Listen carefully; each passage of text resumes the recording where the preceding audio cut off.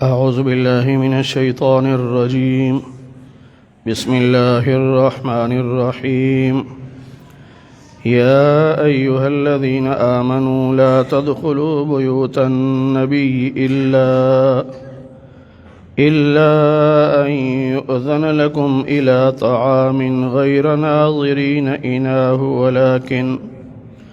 ولكن إذا دعيتم فادخلوا فإذا طعمتم فانتشروا ولا مستأنسين لحديث.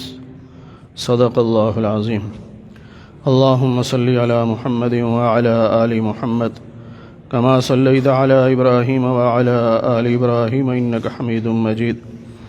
اللهم بارك على محمد وعلى آل محمد كما باركت على إبراهيم وعلى آل إبراهيم إنك حميد مجيد. 22ویں پارے کا چوتھا رکوع سورہ احزاب کی آیت نمبر 53 سے درس کا آغاز ہو رہا ہے. نبی پاک صلی اللہ علیہ وسلم کا جب اللہ تعالیٰ نے حضرت زینب بنت جحش رضی اللہ عنہا کے ساتھ نکاح کر دیا اور آپ ان کو جا کے لے آئے اپنے گھر، تو ولیمے کا اہتمام تھا. تو صحابہ نبی علیہ السلام کے گھر میں تشریف لے آئے. ابھی کھانا تیار نہیں تھا لیکن صحابہ بیٹھے رہے. حضرت زینب جو تھیں وہ پردہ کر کے دیوار کی طرف رخ کر کے بیٹھی رہیں اور کافی دیر گزری کیوں کھانا پکتا رہا. اس دوران میں نبی پاک صلی اللہ علیہ وسلم 2 مرتبہ اپنے کمرے سے باہر تشریف لائے کہ شاید مجھے باہر آتا دیکھ کر باقی صحابہ بھی باہر آ جائیں، لیکن وہ کھانے کے انتظار میں تھے. جب کھانا تیار ہو گیا، پک گیا، صحابہ نے کھا لیا، پھر وہ باہر آئے. تو یہ وقت ایسا تھا کہ نبی پاک صلی اللہ علیہ وسلم کو بھی تکلیف ہو رہی تھی اور آپ کی بیوی حضرت زینب وہ بھی پریشان تھیں. اس پر اللہ نے پھر یہ آیت اتاری کہ ایمان والو نبی کے گھر میں بغیر اجازت کے نہیں جانا اور کھانے کے انتظار میں نہیں بیٹھنا. جب تمہیں بلایا جائے تب داخل ہونا ہے. اب ظاہر ہے جب کھانا تیار ہو جائے گا تو بلائیں گے، تو اس لیے پہلے نہیں جانا. جب بلائیں تو پھر داخل ہوں. اور فَإِذَا طَعِمْتُمْ فَانْتَشِرُوا، جب کھا چکو تو پھر بھی وہاں بیٹھنے کی اجازت نہیں، وہاں سے نکل آؤ. وَلَا مُسْتَأْنِسِينَ لِحَدِيثٍ، وہاں بیٹھ کر گفتگو کرنا اس کی اجازت نہیں ہے کیونکہ اس سے نبی کو تکلیف پہنچتی ہے. فَيَسْتَحْيِي مِنْكُمْ، اور نبی تو اعلیٰ اخلاق کے مالک ہیں، وہ تمہیں کہتے نہیں، وہ شرماتے ہیں، لیکن اللہ تو حق بات کہنے سے نہیں شرماتا. اس لیے اللہ تمہیں بتا رہا ہے کہ بغیر اجازت کے نہیں جانا، اور جب کھانا کھا لو تو فوراً وہاں سے نکل آؤ. وَإِذَا سَأَلْتُمُوهُنَّ مَتَاعًا، جب نبی کی بیویوں سے کوئی چیز لینی ہو، کوئی سامان، بعض دفعہ اللہ کے نبی بھیج دیتے ہیں جاؤ میرے گھر سے فلاں چیز لے آؤ، تو فَاسْأَلُوهُنَّ مِنْ وَرَاءِ حِجَابٍ، تو ان سے جو چیز مانگنی ہے وہ پردے کے پیچھے سے مانگنی ہے، یعنی پردے کا خیال رہے، بغیر پردے کے نہیں. اس سے کیا ہوگا، تمہارے دلوں کی صفائی بھی اسی میں ہے اور ان کے دلوں کی صفائی بھی اسی میں ہے. اب ان الفاظ پہ غور کریں. آج لوگ کہہ دیتے ہیں اور یہ ہمارے دل بڑے صاف ہیں. صحابہ سے زیادہ صاف تو نہیں ہو سکتے، نبی کی بیویوں سے زیادہ صاف تو نہیں ہو سکتے. جب وہاں اللہ حکم دے رہے ہیں کہ پردے کا خیال کرنا ہے تو پھر ہمارے لیے زیادہ حکم ہے کہ پردے کا خیال کرو. اور تمہارے لیے یہ مناسب نہیں کہ تم اللہ کے رسول کو تکلیف پہنچاؤ. ایک تو یہ تکلیف پہنچانا کہ بغیر اجازت گھر میں چلے جانا، کھانے کے انتظار میں بیٹھے رہنا، یا کھانا کھا کے پھر بھی بیٹھے رہنا، اس سے نبی کو تکلیف ہوتی ہے. اور ایک تکلیف یہ ہے کہ وَلَا أَن تَنْكِحُوا أَزْوَاجَهُ مِن بَعْدِهِ أَبَدًا، نبی کے بعد کبھی بھی تم ان کی بیویوں سے نکاح نہیں کر سکتے. نبی کی بیویوں سے نکاح امتی کا نہیں ہو سکتا، اللہ نے صاف کہہ دیا۔ اب اس میں مولانا ادریس کاندھلوی رحمۃ اللہ علیہ نے ایک حکمت بڑی عجیب لکھی کہ عورت جو ہوتی ہے وہ اپنے پہلے شوہر کو نہیں بھولتی ہے، کسی نہ کسی موقع پہ اسے یاد آتا ہے پہلا شوہر، اور جو دوسرا شوہر ہوتا ہے وہ پہلے شوہر کا تذکرہ برداشت نہیں کرتا، مرد کی فطرت ہے۔ اگر اللہ اجازت دے دیتے کہ نبی کی بیویاں امتی سے نکاح کر سکتی ہیں تو یہ بیویاں نبی کا ذکر کرتی بحیثیت شوہر کہ وہ تو ایسے تھے۔ اب جو دوسرا شوہر جو امتی ہے وہ برداشت نہ کرتا، اس کے دل میں اگر ذرہ برابر بھی میل آ جاتا تو ایمان چلا جاتا، اس لیے اللہ نے پابندی لگا دی کہ نبی کی بیوی سے نکاح نہیں کر سکتے، کہیں امتی کا ایمان ہی نہ چلا جائے۔ پھر اللہ فرماتے ہیں ان ذالکم کان عند اللہ عظیما، اللہ کے ہاں یہ بڑے عظیم کام ہیں جو تمہیں حکم دیے جا رہے ہیں۔ اگر تم کسی بات کو ظاہر کرو یا چھپاؤ اللہ کے علم میں ہے۔ اب جب یہاں پردے کی بات کی تو یہ بھی شک پڑ سکتا تھا کہ جتنے بھی مرد ہیں وہ سب پردے میں رہیں گے، نبی کی بیوی کے سامنے کوئی نہیں آ سکتا۔ اللہ فرما رہے نہیں، تمہارے محرم ہیں نا وہ آ سکتے ہیں، ان کے لیے یہ حکم نہیں۔ مثلا لا جناح علیہن فی آبائہن، نبی کی جو بیویاں ہیں ان کے اگر والد آ جائیں تو پردے کا حکم نہیں، یا بیٹے آ جاتے ہیں یا بھائی ہیں یا بھتیجے ہیں یا بھانجے ہیں یا عورتیں آتی ہیں اور یا ان کی باندیاں آتی ہیں تو ان کے لیے پردے کا حکم نہیں ہے۔ واتقین اللہ، ان کے علاوہ باقی جو پردے کا حکم دیا گیا ہے تو تم تقوی اختیار کرو، اللہ سے ڈرو۔ ان اللہ کان علی کل شیء شہیدا، اللہ تعالیٰ ہر چیز پر نگران ہے، اللہ کو سب پتہ ہے کون کیا کر رہا۔ ان اللہ وملائکتہ یصلون علی النبی، اللہ تعالیٰ بھی اپنے نبی پر درود بھیجتے ہیں، فرشتے بھی بھیجتے ہیں، لہٰذا ایمان والو صلو علیہ، تم بھی نبی پر درود بھیجو، وسلموا تسلیما، اور ان کو سلام بھی پیش کرو۔ لفظ ایک ہوتا ہے، نسبت کے بدلنے سے معنی بدل جاتا ہے، یہ بات میں کئی بار کر چکا ہوں۔ جب یہ بات ذہن میں رہے گی تو بہت ساری غلط فہمیوں سے بچ جائیں گے۔ جیسے لفظ تواب ہے، تواب کا معنی توبہ کرنے والا بھی ہے اور تواب کا معنی توبہ قبول کرنے والا بھی ہے۔ جب تواب کی نسبت انسان کی طرف ہوگی تو اس کا مطلب یہ ہے کہ یہ توبہ کرنے والا ہے، اور جب تواب کی نسبت اللہ کی طرف ہوگی تو معنی ہوگا کہ اللہ توبہ قبول کرنے والا ہے۔ لفظ ایک ہی ہے، نسبت سے معنی بدل گیا۔ اسی طرح یہاں لفظ صلات ہے، اب بعض لوگ ایک ہی مطلب کر دیتے ہیں سب کا، اللہ بھی درود پڑھتا ہے، فرشتے بھی درود پڑھتے ہیں، تم بھی پڑھو۔ بھئی صلات کا معنی کیا ہے؟ صلات کا معنی ہے رحمت، دعا، رحمت بھی کہتے ہیں، دعا بھی ہے۔ اب جب اللہ کی طرف نسبت ہوگی تو اس کا مطلب یہ ہے اللہ اپنے محبوب پر رحمتیں اتارتا ہے۔ جب فرشتوں کی طرف نسبت ہوگی تو معنی یہ ہے کہ فرشتے دعائے رحمت کرتے ہیں، اور جب ہماری طرف نسبت ہے تو ہمیں بھی حکم یہ دیا جا رہا ہے کہ تم بھی اللہ سے دعا کرو کہ اللہ اپنے محبوب پر رحمتیں نازل کرے۔ اللہ تو نہیں پڑھتا، لیکن لوگ کہتے ہیں کہ اللہ بھی پڑھ رہا ہے، فرشتے بھی پڑھ رہے ہیں، تم بھی پڑھو۔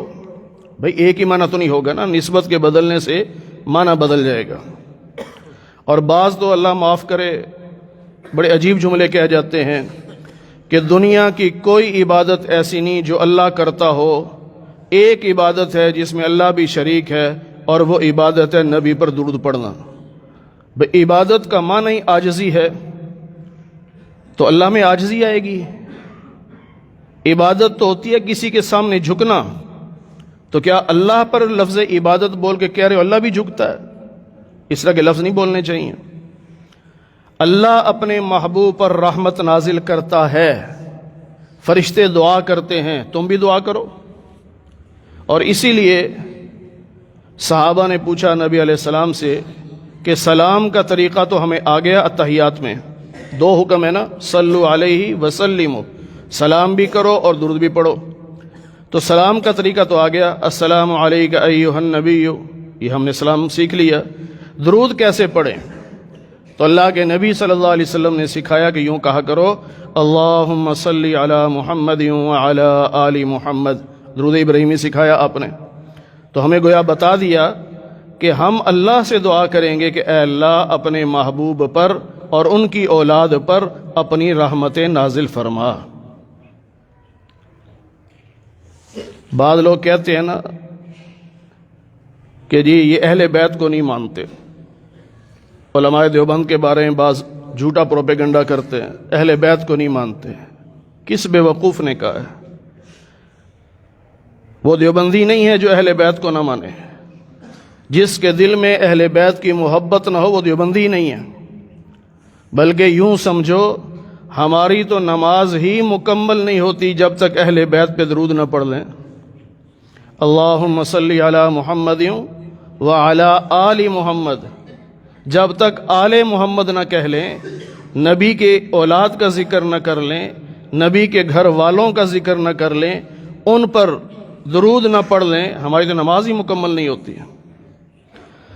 پھر اللہ فرماتے ہیں کہ ان الذین یؤذون اللہ، جس نے اللہ کو تکلیف پہنچائی، اللہ کے رسول کو تکلیف پہنچائی۔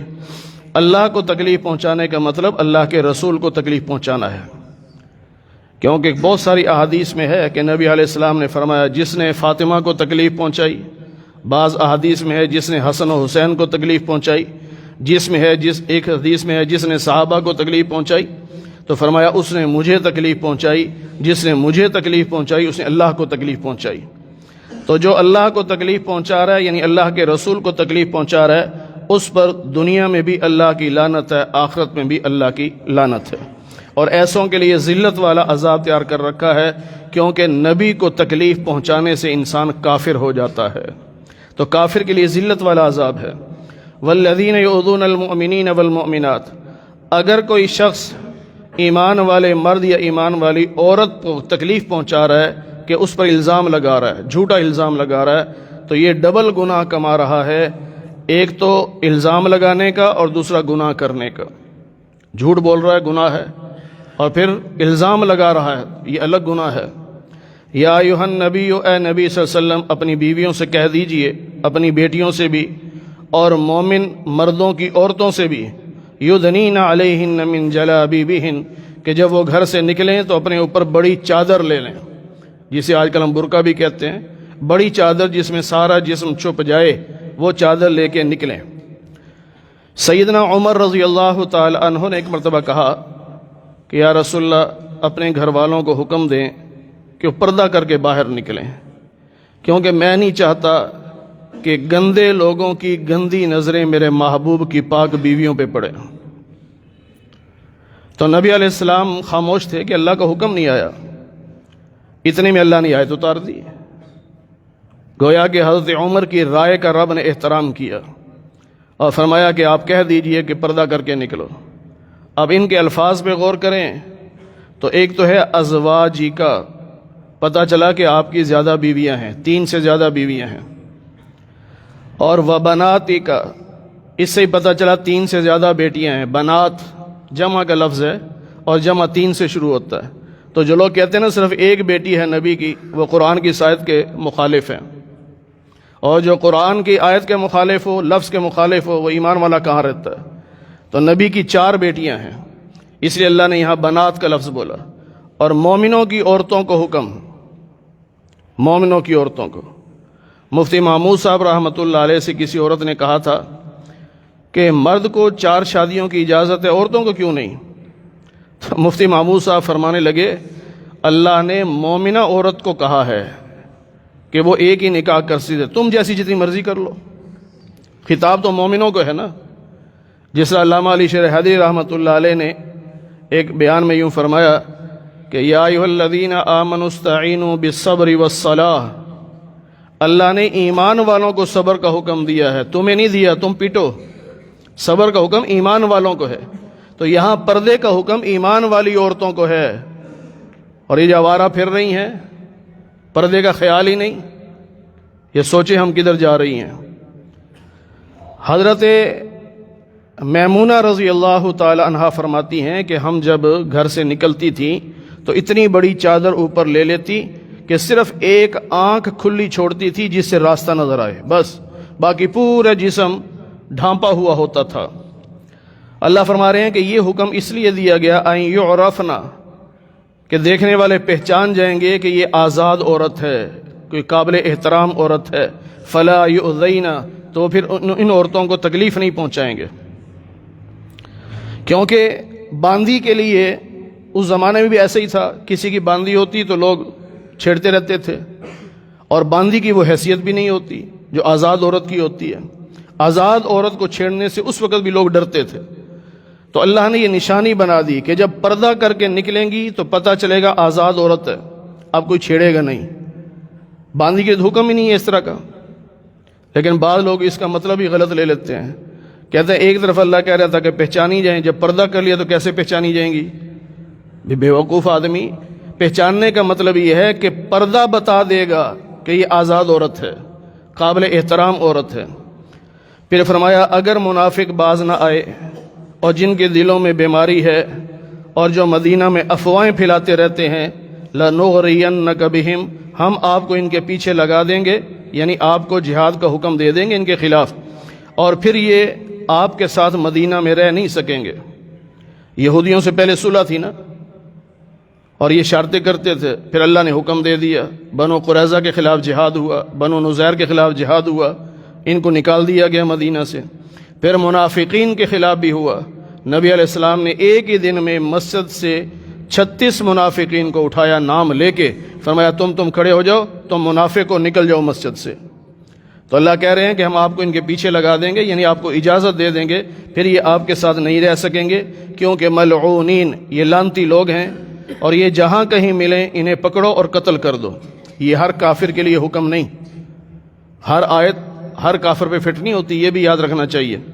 جو اسلام کا دعویٰ کرے کہ میں مسلمان ہوں اور پھر اسلام کے خلاف چلے تو اسے کہتے ہیں کہ یہ مرتد ہو گیا، جس طرح قادیانی ہیں، نام اسلام کا لیتے ہیں، بات کفر کی کرتے ہیں، تو یہ مرتد ہیں، اور مرتد کی سزا یہ ہے کہ اسے قتل کر دیا جائے۔ پھر فرمایا سنت اللہ فی الذین خلو من قبل، یہ اللہ کا دستور ہے، پہلے لوگوں میں بھی ایسا ہی رہا ہے، اور اللہ کا دستور تبدیل نہیں ہوتا۔ لوگ آپ سے پوچھتے ہیں قیامت کب آئے گی، آپ کہہ دیجئے اس کا علم میرے اللہ کے پاس ہے، اور تمہیں کیا پتہ، ہو سکتا ہے بالکل قریب آ گئی ہو۔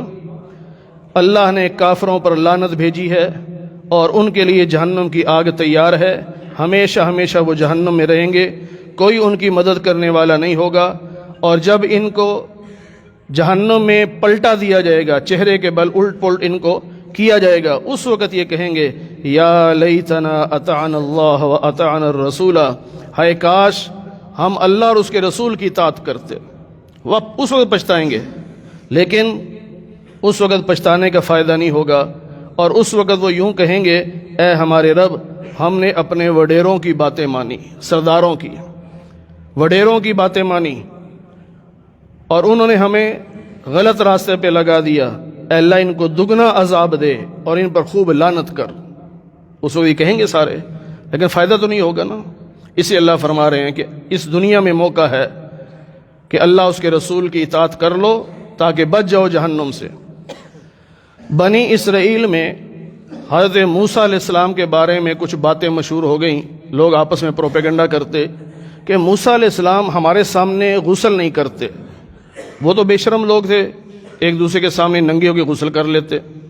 تو موسیٰ علیہ السلام تو نبی تھے، حیا والے تھے، تو وہ تو پردے میں غسل کرتے تھے، تو وہ کہنے لگے کہ لگتا ہے ان کے جسم میں کوئی عیب ہے جس کی وجہ سے یہ ہمارے سامنے غسل نہیں کرتے۔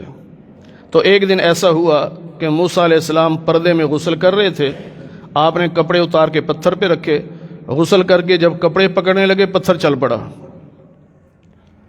پتھر چل پڑا۔ اب آپ غصے میں پتھر کے پیچھے پیچھے، اور وہ بھاگی جا رہا ہے۔ آپ اسے کہہ رہے ہیں کہ اے پتھر میرے کپڑے دے دے، لیکن بھاگا جا رہا ہے۔ وہ پتھر آ کے رکا جہاں بنی اسرائیل کے لوگ جمع تھے، تو سب کی نظر پڑ گئی موسیٰ علیہ السلام کے جسم پر، تو دیکھا کہ بہترین جسم میں کوئی عیب نہیں ہے۔ تو اس وقت سب مان گئے کہ پردے میں جو نہاتے ہیں اس وجہ سے نہیں کہ ان کے جسم میں کوئی عیب ہے، لیکن تکلیف تو ہوئی نا موسیٰ علیہ السلام کو۔ تو اللہ نے یہاں کہا اے ایمان والو لا تکونو، تم ایسے نہ بن جانا جیسے موسیٰ کے لوگ تھے، انہوں نے موسیٰ کو تکلیف دی تھی۔ فبرأہ اللہ، پھر اللہ نے ان کی برات کا اعلان کیا، یعنی وہ جو سوچ رہے تھے کہہ رہے تھے اللہ نے وہ ساری باتیں غلط قرار دلوا دی، اور موسیٰ علیہ السلام رب کے ہاں بہت عزت والے ہیں۔ یا ایھا الذین آمنوا، اے ایمان والو، اتقوا اللہ، اللہ سے ڈرو اور بات سیدھی کیا کرو، سدیدہ، سیدھی بات۔ ہمارے ہاں بعض لوگ کہتے ہیں میں حق بات کر رہا ہوں، سچ کہہ رہا ہوں۔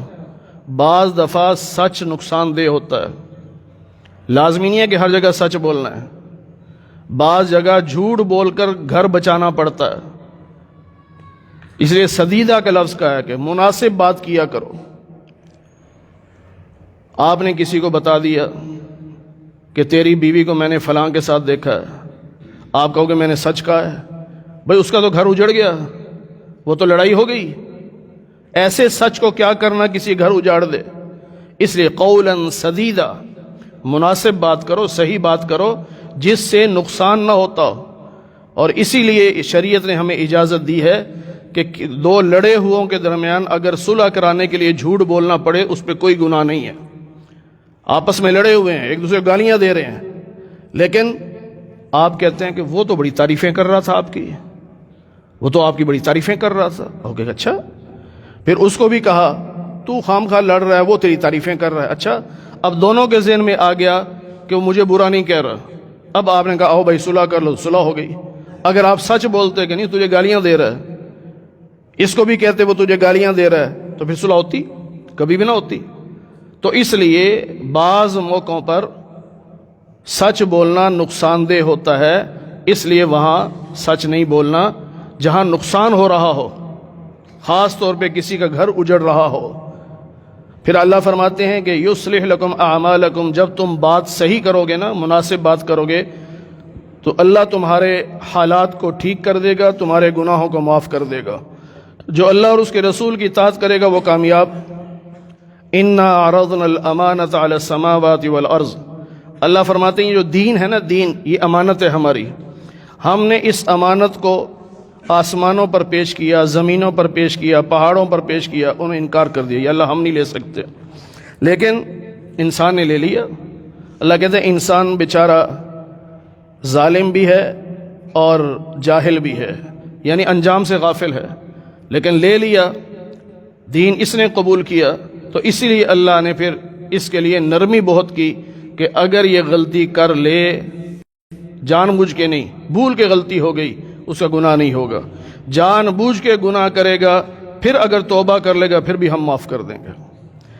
پھر اللہ فرماتے ہیں کہ یہ سارا نظام ہم نے دنیا میں جو بنایا، پھر دین بھیجا، اس میں یہ ہے کہ جو منافق ہوں گے، چاہے مرد ہوں چاہے عورت، جو مشرک ہوں گے چاہے مرد ہوں یا عورت، ان کو ہم عذاب دیں گے، اور جو ایمان والے توبہ کر لیں گے ہم ان کی توبہ کو قبول کر لیں گے، کیونکہ اللہ تعالیٰ بخشنے والا رحم کرنے والا ہے۔ تو اللہ نے ہمیں دین دیا ہے عمل کے لیے، لیکن اگر غلطی ہو جائے تو اللہ کہتا ہے تم توبہ کرو میں معاف کر دوں گا۔ تو اس لیے گناہ پر ڈٹنا نہیں ہے، اور یہ گناہ بتانے کی بھی ضرورت نہیں۔ بعض لوگ جو ہے نا دوسروں کو بتاتے ہیں میں نے یہ جرم کیا، یہ جرم کیا، یہ جرم کیا، بھائی بتانے کی ضرورت نہیں، اللہ کو پتہ ہے، آپ کے اور اللہ کے درمیان معاملہ ہے۔ لوگوں کو گواہ نہ بناؤ اپنے گناہ پر، بس رب سے توبہ کر لو، رب معاف کر دے گا۔ یہ عیسائیوں کا مزاج ہے کہ جب تک پادری کو اپنا گناہ نہیں بتاؤ گے تو پادری تمہارے لیے دعا ہی نہیں کرے گا، توبہ ہی نہیں کرے گا۔ تم اپنا گناہ بتاؤ گے وہ پھر توبہ کرے گا تمہارے لیے۔ یہ عیسائیت کا مزاج ہے، اور پھر وہ بلیک میل بھی کرتے ہیں کہ تو وہی ہے نا وہ جرم کیا تھا، بتاؤں لوگوں کو۔ اسلام نے ہمیں یہ سکھایا ہے کہ تم اپنا گناہ کسی کو مت بتاؤ، تاکہ کوئی تمہارے خلاف بات ہی نہ کرے، کوئی تمہارے خلاف گواہ نہ بنے۔ بس رب کا اور تمہارا معاملہ ہے، بس رب سے کہہ دو اے اللہ میں معافی چاہتا ہوں، اللہ معاف کر دیں گے۔ موسیٰ علیہ السلام کے زمانے میں قحط سالی ہوئی، بارشیں رک گئیں، آپ نے اللہ سے دعا کی، اللہ نے فرمایا کہ ساری قوم کو لے کے باہر میدان میں آؤ، نماز استسقاء پڑھو۔ سب نے نماز پڑھی، بارش پھر نہیں ہوئی۔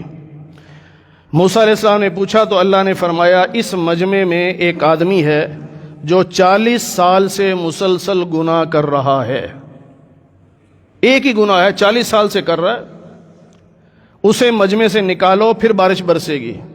آپ نے اعلان کر دیا، بھائی پتہ تو نہیں ہے کون ہے، لیکن گناہ گار کو تو پتہ ہوتا ہے نا کہ میں ہوں، بھائی 40 سال سے جو گناہ کر رہا ہے وہ یہاں سے نکل جائے تاکہ باقیوں پر بارش برسے۔